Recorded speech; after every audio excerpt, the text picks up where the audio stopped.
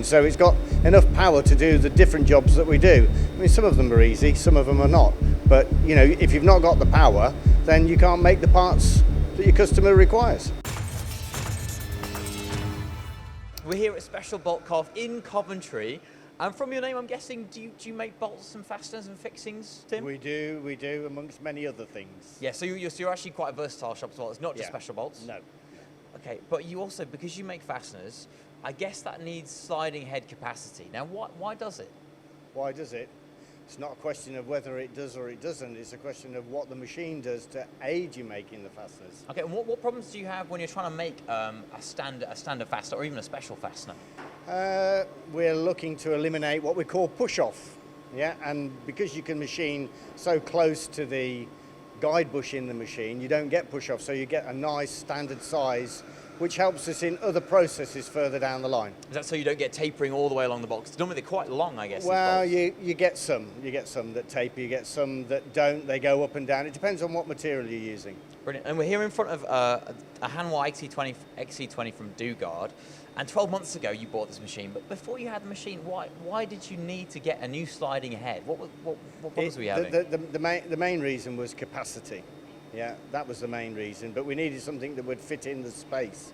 And obviously this machine being the other hand to the existing sliding heads, it fitted where we needed it to fit. Okay, so it fitted well in the workshop, but it's not just about that. You could have anything fitting in here, but what was it capable of doing that you needed it to do to make, say, I guess, you've got small banjo bolts, you've got long stud bolts? Well, it's got the same versatility as others, but it was just purely the size and the fact that it seems to be smaller, but has the same amount of punch as the other machines. So it's got enough power to do the different jobs that we do. I mean, some of them are easy, some of them are not.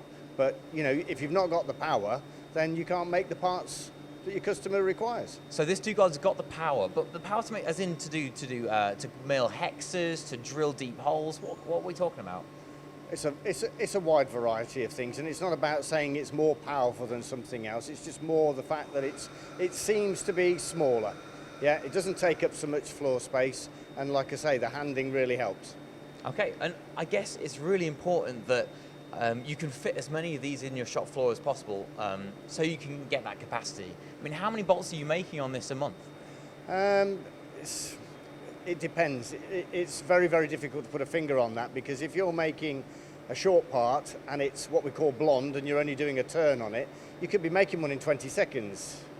Then you could be doing a longer one that you might have 7 minutes as a cycle time, depending on the complexity of the part, but it's more about the fact that it does it the same each and every time.